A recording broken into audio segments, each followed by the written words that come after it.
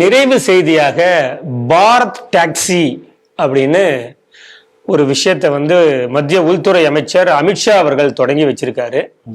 இது ஓலா ஊபருக்கு போட்டியாக வந்திருக்கிறது அப்படின்னு இப்பவே சர்ச்சைகள் கிளம்ப ஆரம்பிச்சிருச்சு. இதுல 500 ரூபாயை நீங்க கொடுத்து ஒரு ஷேர் ஹோல்டராகவே நீங்க ஜாயின் பண்ணிடலாம் அப்படிங்கிற மாதிரி மத்திய உள்துறை அமைச்சர் பேசியிருக்காரு. இது எவ்வளவு பெரிய மாற்றத்தை கொண்டு வர போகுது அப்படின்னு தெரியல. இப்போ முதல் முறையாக டெல்லியில தொடங்கியிருக்காங்க. இது நாடு முழுவதும் இன்னும் 3 ஆண்டுக்குள் விரிவுபடுத்தப்படும் அப்படின்னு சொல்லியிருக்காரு. இதன் மூலமா 15 கோடி டிரைவர்ஸ்ல இணைவதற்கான வாய்ப்பு இருக்குங்கிறதையும் சொல்லியிருக்காரு. இந்த செய்தி எப்படி சார் பாக்குறீங்க? இந்த மத்திய அரசாங்கம் ஒவ்வொரு துறையில இருக்கிற சாதாரண மனிதர்களை எப்படி உயர்த்துவது என்று வேலை பார்க்கறதுனா இந்த அரசாங்கத்துக்கு தான் வச்சிடணும். இன்னைக்கு இத்தனை கணக்கான டிரைவர்ஸ் இருக்கிறாங்க. இந்த டிரைவர்ஸ் ஓனர்ஸ் இல்லாமலும் இருப்பாங்க. சில இடத்துல டிரைவரே ஒரு வண்டி அவரே ஓனர் கம் டிரைவரா இருப்பாங்க. அவர் அந்த அளவுக்கு வேலை பார்ப்பார். அவருக்கு வேலைக்கான வெகுமதி அவருக்கு இல்லாம இருக்கும். ஸோ ஓனர்கிட்ட இவ்வளவு போகும். முதல்ல ஊபர் ஓலானா ஊபர் ஓலாவுக்கு இவ்வளவு போகும்.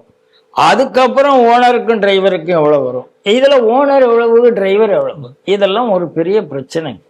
ஆனால் நீங்க இதுல யாரு அதிகமா பெனிஃபிட் ஆவாங்கன்னா ஓனருக்கும் டிரைவராக இருக்கிறவங்க 80% பெனிஃபிட் ஆகும்.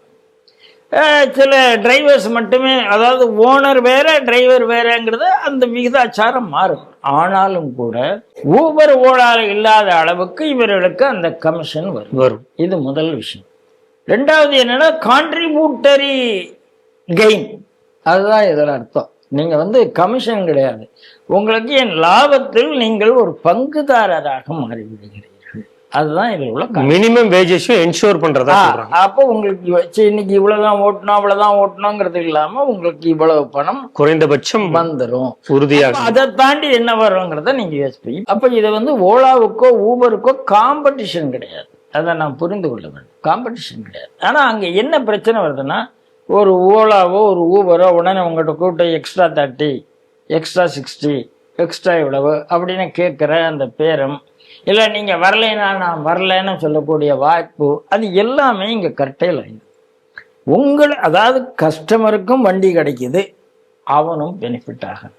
அந்த மாதிரி ஏன் அவன் பெனிஃபிட் ஆகிறான், ஏன் கஸ்டமருக்கு வண்டி கிடைக்குது அப்படின்னு கேட்டால், பழைய ரேட்டில் இந்த ரேட்டுக்கு எனக்கு இவ்வளோ நேரம் கமிஷன் வரும், நான் இதுக்காக இவ்வளோ நேரம் ஓட்டணுமா அப்படின்னு ஒரு பயம் வருங்க. நான் இத்தனை மணி நேரம் ஓட்ட போகிறேன், ஆனால் இவ்வளோதான் கமிஷன் வரும், இதுக்கு நான் ஏன் கஷ்டப்படணும்? நான் ஆப் இல்லாத ஒரு வாடகைக்கு நான் போனால் எனக்கு முழு பணமும் வரும்ல அப்படிங்கிற எண்ணம் வரும். அப்போ இது யாருக்காக அப்படின்னு கேட்டிங்கன்னா, முதல் கம்யூட்டர்ஸ்க்காக, பயணிகள் பயன்பெற வேண்டும் அப்படிங்கிறது முதல்ல. அப்போ பயணிகள் எப்போ பயன்பெறுவாங்க? அவன் கமிஷனை பற்றி கவலைப்படாமல் சின்ன தூரமாக இருந்தாலும் சின்ன அமௌண்ட்டாக இருந்தாலும் நாம் ஓட்டணும்னு அவன் வந்தால் பயணிகள் பயன்பெறுவார்கள். அப்படியானா அப்போ வரணும்னா அவனுக்கு அந்த கமிஷன் 80% போனால் அவன் தைரியமாக சின்ன அமௌண்ட்டாக இருந்தாலும் வருவான். அவ்வளோதானே.